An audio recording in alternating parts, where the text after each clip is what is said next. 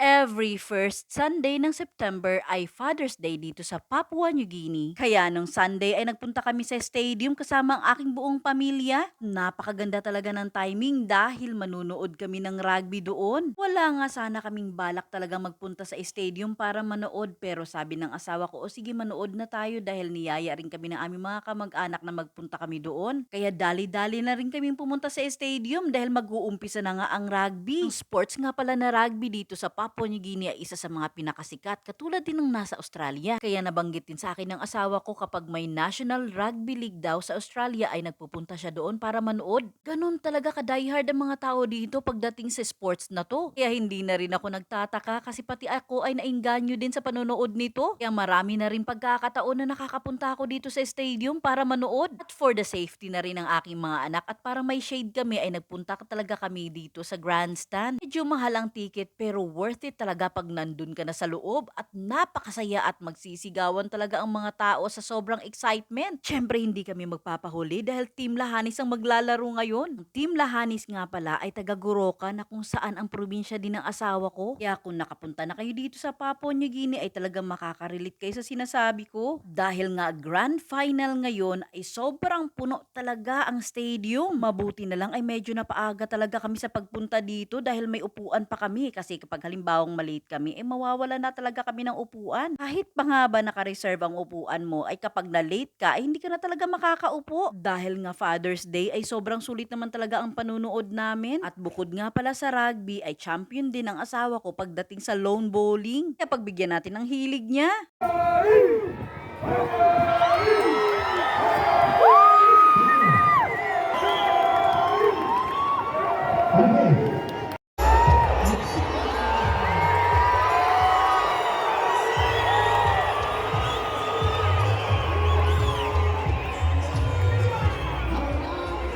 Kahit hindi pa nga nag-uumpisa ang laro ay nagsisigawan na talaga ang mga tao. Ayan, mapapansin nyo naman talaga kung gaano ko supportive ang mga tao at bit-bit pa talaga nila ang flag ng province nila. Dahil dyan ay sisimula na nga ng national anthem.